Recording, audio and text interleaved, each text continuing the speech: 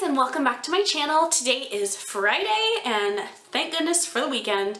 I know there's always those people who say like you shouldn't live for the weekend and all that good stuff. Like, I love my job that I work Monday through Friday, but I also just love me some weekend. So happy Friday. I hope you guys have had a great week and that you're gonna have an even better weekend and just enjoy time with your family and doing things that you enjoy. Today, before we get the weekend started, I thought we would go ahead and chat about our budget so far for January. Today we're gonna cover weeks 1 and 2 of January because I hadn't done an update on either of those weeks.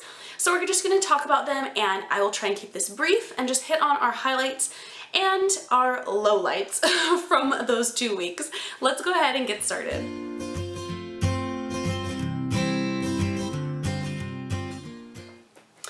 Okay guys, so let's go ahead and start with January week 1. Hey, this was...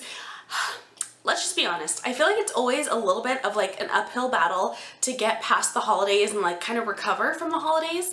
For us, I was recovering from the flu, so I was still in like kind of a icky, like weird state. We were also still off a couple of days in the first week of January, so things were just still kind of like getting our gears back in motion and still a little bit off. So I will say the one fail that we had for January week 1 is that we were eating out a ton.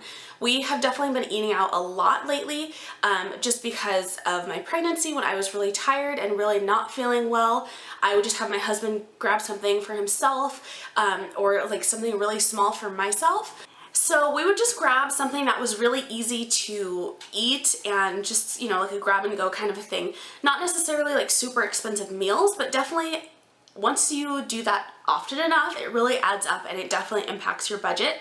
What we were doing over the past couple of months and also into the first week of January was when we would go out, I would basically just deduct that from our grocery bill, or grocery budget, I should say. And so I would buy fewer things at the grocery store.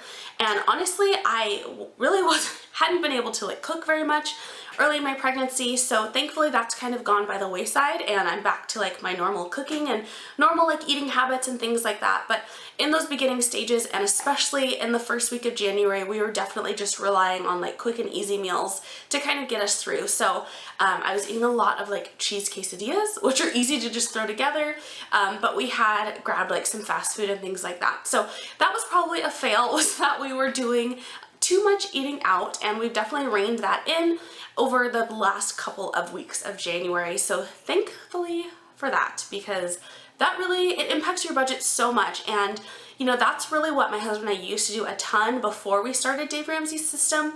We would just go out to eat and like pick up fast food all the time. We never really thought about how it was impacting our budget and how it was limiting what we could really do with our finances.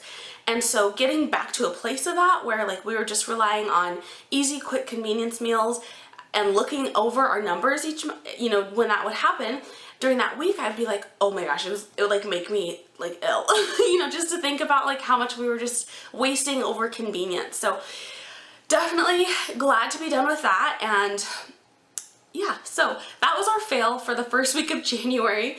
I will say the win that we had during the first week of January, and something that's been very consistent throughout our pregnancy thus far, is our savings. So we set up a bunch of automatic transfers to go into our savings account throughout the month. And in the first week of January, we were able to still put away $500 to our emergency fund account, which was really great. So we love that. We love to see that building and to, you know, just increase our savings as much as possible. We're definitely in a very aggressive savings mode right now. I probably won't share with you all of what we're saving, but I will mention the numbers here and there throughout our budget updates. So that was really it for week 1. Like I said, we were just kind of recovering from the holidays and recovering from the flu for me still. So just kind of getting back into the swing of things and like back to work and things like that was a little bit challenging, and definitely eating out too much. So that was week 1. Let's get on to week 2. So I think overall for us, January week 2 was a lot better as far as our spending. We definitely had reined in the kind of like frivolous spending that we've been doing. And really we only had 2 things that were kind of a fail. And one of them was totally out of our control. The first one was that we had a huge prescription bill. So our insurance changed over and we're on my insurance from my work. which is really good and we love it. But our insurance changed over, and because we knew that we were expecting, we decided to go to a plan that was a little bit more cost effective as far as like delivery and labor and even like doctor visits and prescriptions and things like that. And however, in the changeover, things didn't really go according to plan, and I had ordered a prescription that I needed. I have asthma, for those of you who don't know, and so I need to take certain medicines in order to keep my asthma under control, especially with being sick. If I don't have those medicines, it just really impacts my health even more, and it makes it harder for me to get over things. So I ordered that prescription, and it ended up being, you guys, a $320 charge. I just cannot, like, I was flabbergasted. I was totally just undone and so shocked. And thankfully we have a good buffer in our checking account, and so it didn't impact like our finances. It just really kind of came out of that buffer, and we said, well, what the heck, like we will figure this out and figure out what happened, and this cannot really go forward like this. So I've been talking to our doctors and our insurance brokers, and we'll have an update on what's going on with that for you guys next week, once I kind of hear some final answers from them about our prescriptions. Because my husband had actually gotten like a weird response about one of his prescriptions also, and they told us that it wasn't covered anymore and that it was going to be very expensive for him to purchase. So we're getting it cleared up, and there is a good ending to this story. But that was our second week of January, kind of what happened in that week, and like a major shock. So that was definitely fail number one. So the second fail that we had the second week of January was that I did something I try not to do during the week, which is I went to Target on my lunch break. And I had a few things I needed to pick up. I had a list of items that I wanted to get, but you guys, I got distracted, okay, by the like home decor section. And I kind of like lost it. Like I forgot who I was. It was bad. So I did pick up a couple of items from the home decor section, totaled about $30. I did have a gift card to cover about half of that. And then we had some money from like Christmas that we'd kind of just been using to buy personal items.